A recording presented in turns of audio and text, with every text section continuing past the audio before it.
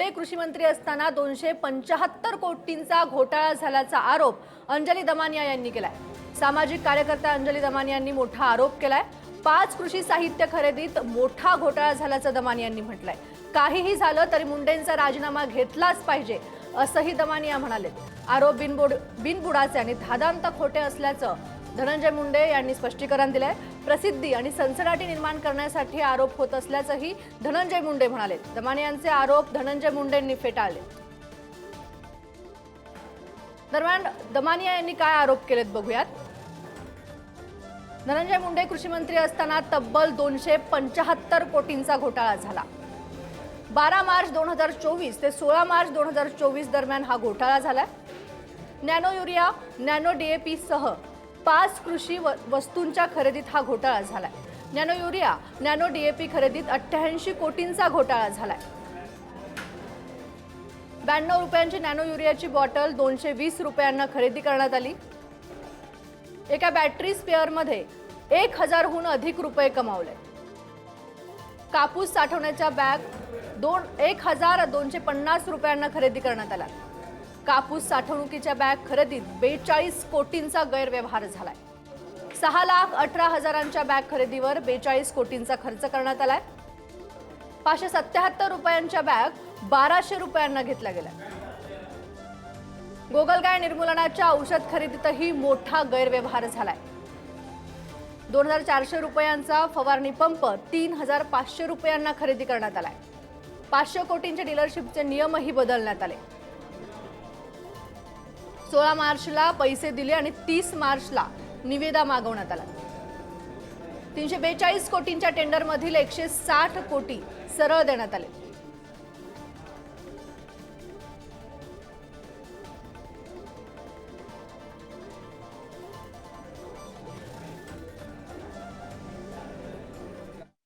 ₹160 कोटी ऑनलाईनच्या रेट प्रमाणे।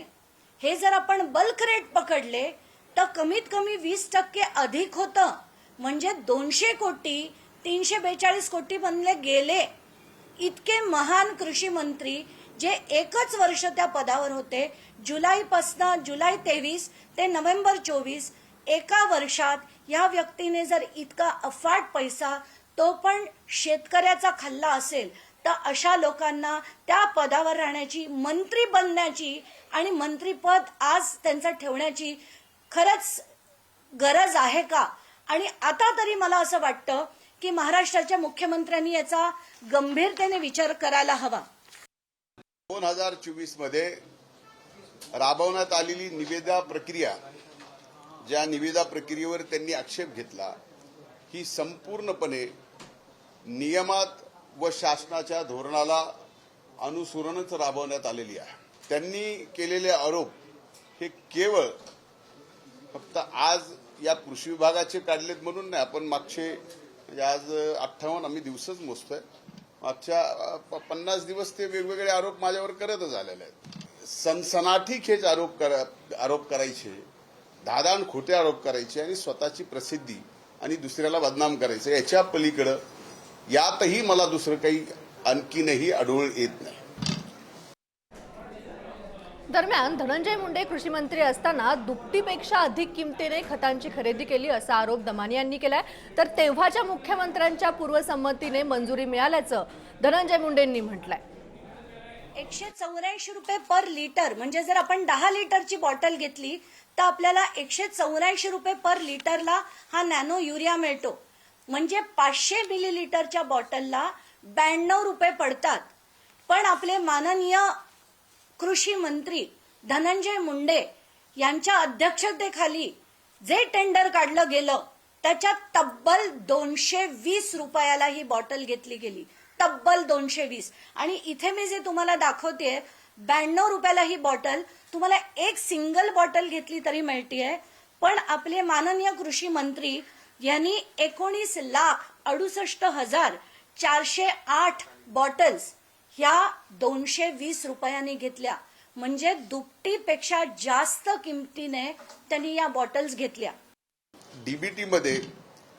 डीबीटीत काय असावं आणि काय नसावं, कोणतीही बाब डीबीटी मधून वगळण्याचे अथवा समाविष्ट करण्याचे संपूर्ण अधिकार हे नियमातील तरतुदीनुसार माननीय मंत्री म्हणजे कृषी त्यावेळेस मी असताना माननीय मुख्यमंत्री यांचे आहेत आणि या प्रक्रियेमध्ये सुद्धा याच कार्यपद्धतीचा अवलंब केलेला आहे आणि माननीय उपमुख्यमंत्री वित्त व माननीय मुख्यमंत्र्यांच्या ही बाब सादर करून त्यांच्या पूर्वमान्यतेने ही प्रक्रिया अंतिम केलेली आहे. दरम्यान या सगळ्या संदर्भात धनंजय मुंडे यांनी आणखी काही प्रतिक्रिया दिली आहे, पाहूया. एवढ्या हुशार आहेत त्या, मला आजही आदर आहे. पण जे आरोपी पकडायचे राहिलेत त्यांचा खून झाला म्हणणं म्हणजे हा खोटारडेपणा त्यांचा बाहेर नाही आला. आणि ते जर सगळ्या गोष्टी आजपर्यंत माझं मीडियाला चॅलेंज आहे, आपल्या सगळ्यांना माझं चॅलेंज आहे. आजपर्यंत अंजलीताई बदनामियांनी म्हणजे बदनामिया करण्याच्या पलीकडं माझं चॅलेंज आहे. एक तरी त्यांनी केलेला आरोप या राज्यात या देशात कुठंतरी टिकलाय का आणि सत्य झालाय का? एकाला जरांगे पाटील साहेबांची न्यूज व्हॅल्यू कमी करायची, एकाला वाढवायची, मला कळत नाही नेमकं. It's all going of news value. माझ्यासारखा माणूस मेला तरी तुम्हाला काही फरक पडत नाही. मी कुणाची हत्या करायचा विषय सोडून द्या. आज याची पूर्ण चौकशी सीआयडी, एसआयटी आणि न्यायालय. त्यामुळे माझ्यासारखा संवैधानिक पदावर बसलेला माणूस या बाबतीत बोलला नाही पाहिजे.